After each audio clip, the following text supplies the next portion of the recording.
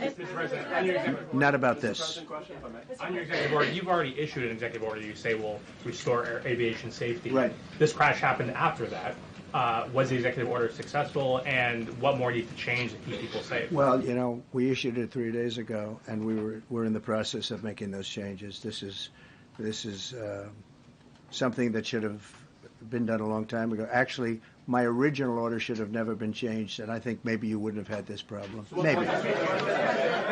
Yeah, please, go ahead. Yes, thank you.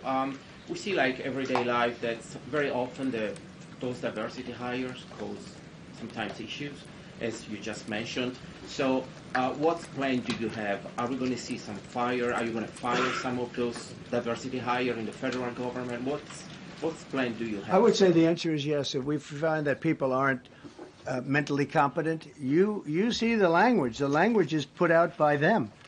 And if you see that, I'm not going to bore you by reading it again, but these are not people that should be doing this particular job. They'd be very good for certain jobs, but not people that should be doing this particular job.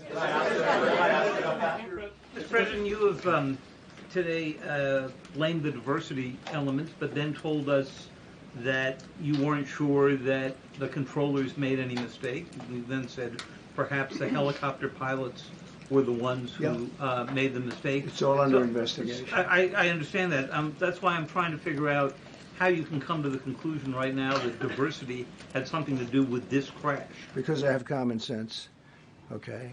And unfortunately, a lot of people don't. We want brilliant people doing this. This is a major chess game at the highest level. When you have 60 planes coming in during a short period of time, and they're all coming in different directions, and you're dealing with very high-level computer work and very complex computers. And one of the other things I will tell you is that the systems that were built, I was going to rebuild the entire system, and then we had an election that didn't turn out the way it should have. But they didn't build the systems properly. They spent a lot of money renovating a system, spending much more money than they would have spent if they bought a new system for air traffic controllers, meaning the computerized systems. There are certain companies that do a very good job. They didn't use those companies. They used companies that should not have been doing it. No, I think it's very important to understand that for some jobs, and not only this, but air traffic controllers, they have to be at the highest level of genius. Okay.